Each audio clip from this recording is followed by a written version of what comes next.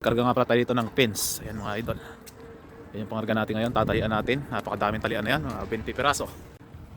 Mga 20 pirasong talian yung gagawin natin dito mga idol. Kailangan secured sa apat-apat yan sa isang hilerang ganun. Talian natin.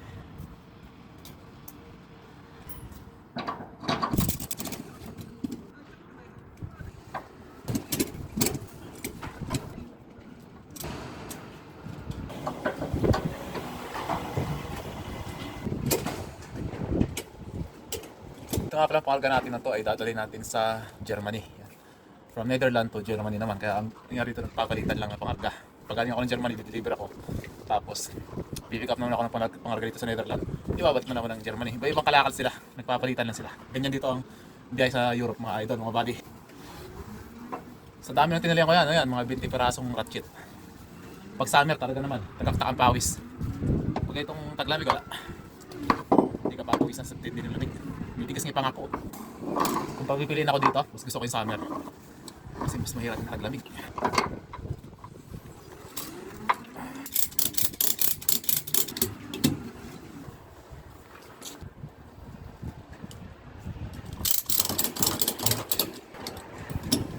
Pero mga buddy, mas gusto ko yung ganitong ano.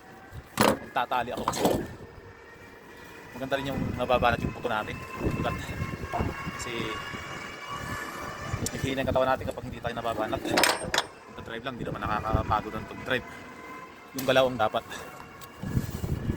Kaya goods lang. Mga itong talian. Alright. Last na, isa na lang. Almost done. Yung tatakbin ko pala pupunta ng Germany ay nasa 450 km. So, tatakbo lang ako ng mga siguro 300 km na yun. Mga 4 na oras. Bukas na ulit ng umaga. Tulog ako sa gabi. Maganda yung tulog tayo sa gabi. Kasi iba nakakatulog yun sa gabi, tapos araw yung takbuhan.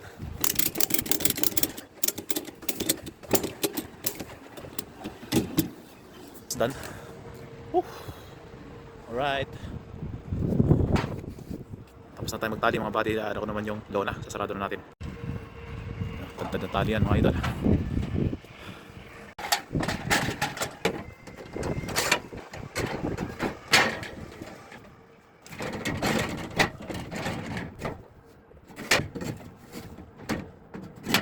Kapit natin mga side post na yan.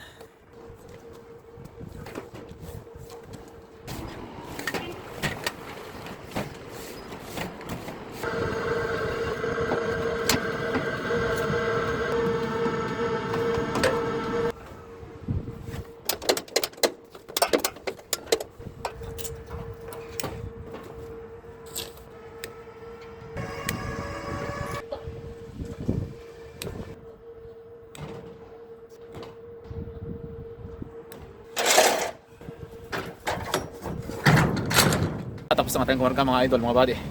Yan, bali pupunta lang ako dun sa timbangan at doon ko na rin makukuha yung CMR. At saka nandun na yung ano, yung delivery kung saan ko dadalhin to sa Germany. Okay, diyan na tayo.